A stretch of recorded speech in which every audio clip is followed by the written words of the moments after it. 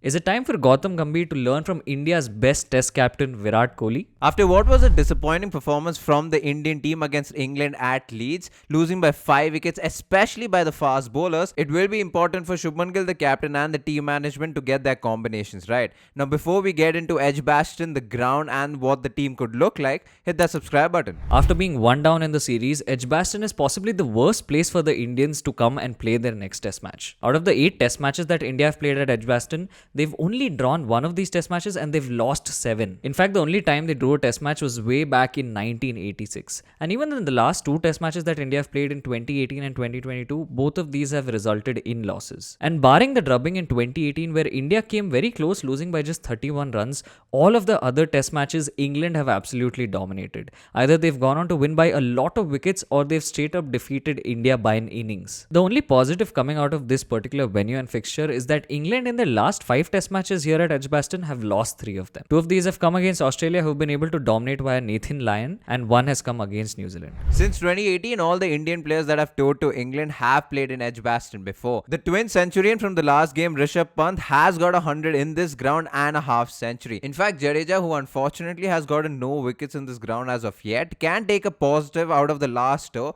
because he did get 100. Apart from these guys, the other fast bowlers who have played in this ground before haven't had the most impressive run. Bumrah has gotten 5 wickets in a match, Siraj has gotten 4 wickets in a match, and those 4 wickets in fact came in an innings. Shardul Thakur, who has played here before, has only gotten 1 wicket, and interestingly enough, Kuldeep Yadav, who's the other spinner in the squad, has only played 1 match in England and has gotten no wickets so far. We looked at matches in this venue since 2018 to see what kind of results there are and what you should do when you win the toss. Now, since 2018 up only till 2020, teams that have batted first had won those 2 games, whereas since 2020, teams that have fielded first have won 4 out of the 4 matches. This also happens to be the ground where England put in that record chase against India in 2022, where they chased down 378 for the loss of just 3 wickets. Clearly, since 2020, the advantage has been with the team that is chasing in that 4th innings. And this is where we get into the combination of Shubman Gill as a captain and the kind of team he and Gautam Gambhir picks for this next test match.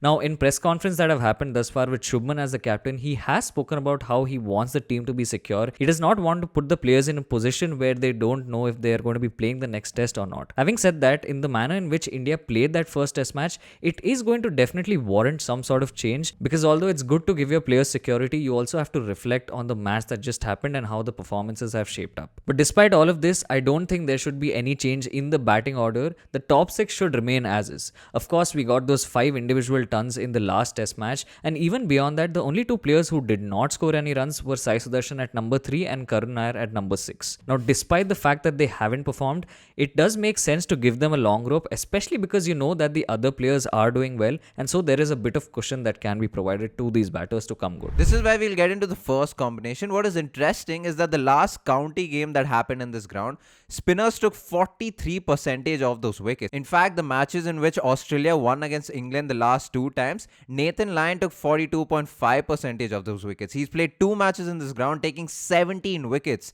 And the highest wicket taker for the Indian team on this ground is Ravichandran Aswin, taking 7 wickets in the 1 match that he has played. And this is where the Indian team would be tempted to play 2 spinners and 3 fast bowlers. That being said, you need to consider the fact that Nathan Lyon and Ravichandran Aswin are outliers because they're legendary spinners and one of the best in this generation. So the possible combination could be picking Kuldeep Yadav in place of Shardul Thakur. The only problem here is Jadeja didn't have the most impressive spell in the first innings and hasn't gotten any wickets on this ground as of yet. And even Kuldeep Yadav, for that matter, hasn't gotten any wickets in England. But knowing Gautam Gambhir and how much he backs this player, it won't be a surprise if Washington Sundar does make it into the squad. Especially when bowlers like Nathan Lyon, Ravichandran Aswin, and even the bowler who got a 5-wicket haul in this recent county game was an off spinner. And Washington Sundar fits the bill because he's the only possible off spinner in this squad. Because of this, the 2 possible combinations could be Jadeja and Washington Sundar.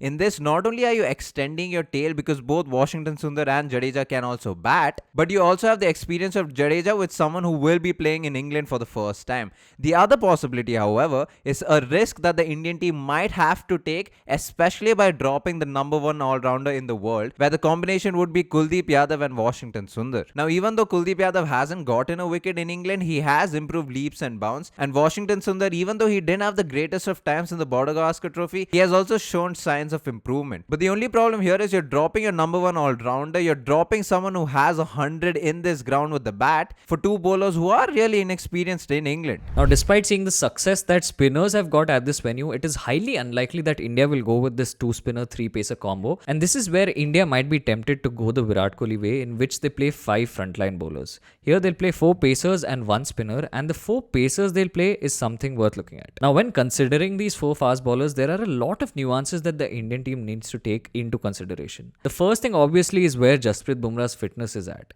Now, we know that he's only going to play the 3 test matches, and also the fact that the gap between the first and the second test match is fairly significant, almost a week's time. And so it is all but expected, especially with India 1 down in the series, that Bumrah should play the second test match. And from there, if we consider that first spot is locked by Bumrah, we also know that Mohammad Siraj, because of his experience in England and how he was shaping up in that second innings, will also feature in this test. But beyond this is where the conversation starts. You know that if Thakur is dropped here, then India gets to play 2 out-and-out fast bowlers. Now, whether Prasidh Krishna continues is something to be looked at, because we have the options of Akashdeep and also Arshdeep. And with Prasidh Krishna, here's the thing. He got 5 wickets in the match, the same as Jasprit Bumrah. However, one caveat is that he went for a lot of runs. In fact, in both of the innings, Prasidh Krishna went for an economy rate of above 6, which is not ideal. In fact, it is a crime. And the problem with being this expensive and despite getting wickets is that you're not helping your partner bowlers. In the cases where Bumrah is trying to apply pressure, Prasidh Krishna is coming in and washing away all of Bumrah's work. And this is where Akashdeep gets a look in, because Akashdeep has been a very consistent bowler with his lines and lengths, and even if he is not going to be picking up a lot of wickets, he does seem to be more reliable as an option than Prasidh Krishna at the moment to at least contain the English batters. And because you have 4 pacers, there is also the option of Arshdeep Singh that the Indians might consider. Considering the fact that he has had county experience, he is a swing bowler and provides that left arm variety, India might even want to look at Arshdeep Singh and see if he fits the bill, especially if they've decided fully that they do not want Prasidh Krishna in the playing 11. And because of the fact that we are going to be playing 4 out-and-out fast bowlers, that means that our tail is going to be extremely long as it is. And in this situation, it becomes impossible for someone like Kuldeep Yadav to be featuring as a lone spinner. We know that he's not much of a batter, and we know that Jaddu and Washi's batting abilities far trump that of Kuldeep Yadav. The fact is that the Indian tail in the batting order has been abysmal since 2024, because in 9 occasions, they've added less than 50 runs. And not only this, since 2024, India's last 5 wickets have averaged 18.9, which is the worst as compared to the other 9 teams in the World Test Championship. Because of this and how the tail performed in the first Test match, it will be very unlikely for the Indian team to go with 5 frontline bowlers, which is why if they were to drop someone, they could possibly drop Shardul Thakur, who didn't really do much with the ball or the bat,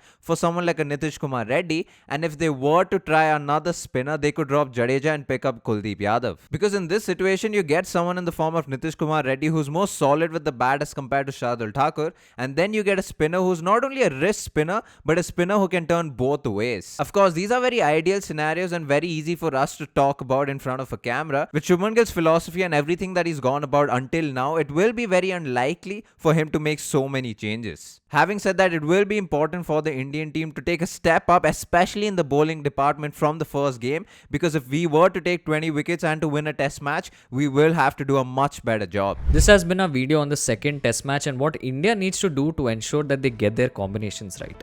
If you've liked this video, definitely leave your like, subscribe to this channel, and leave your comments down below on what you think the bowling lineup should look like. We are also going to be having an event in Bangalore on July 6th, so if you are in town, definitely turn up for that. More details on our socials. Thank you so much for watching.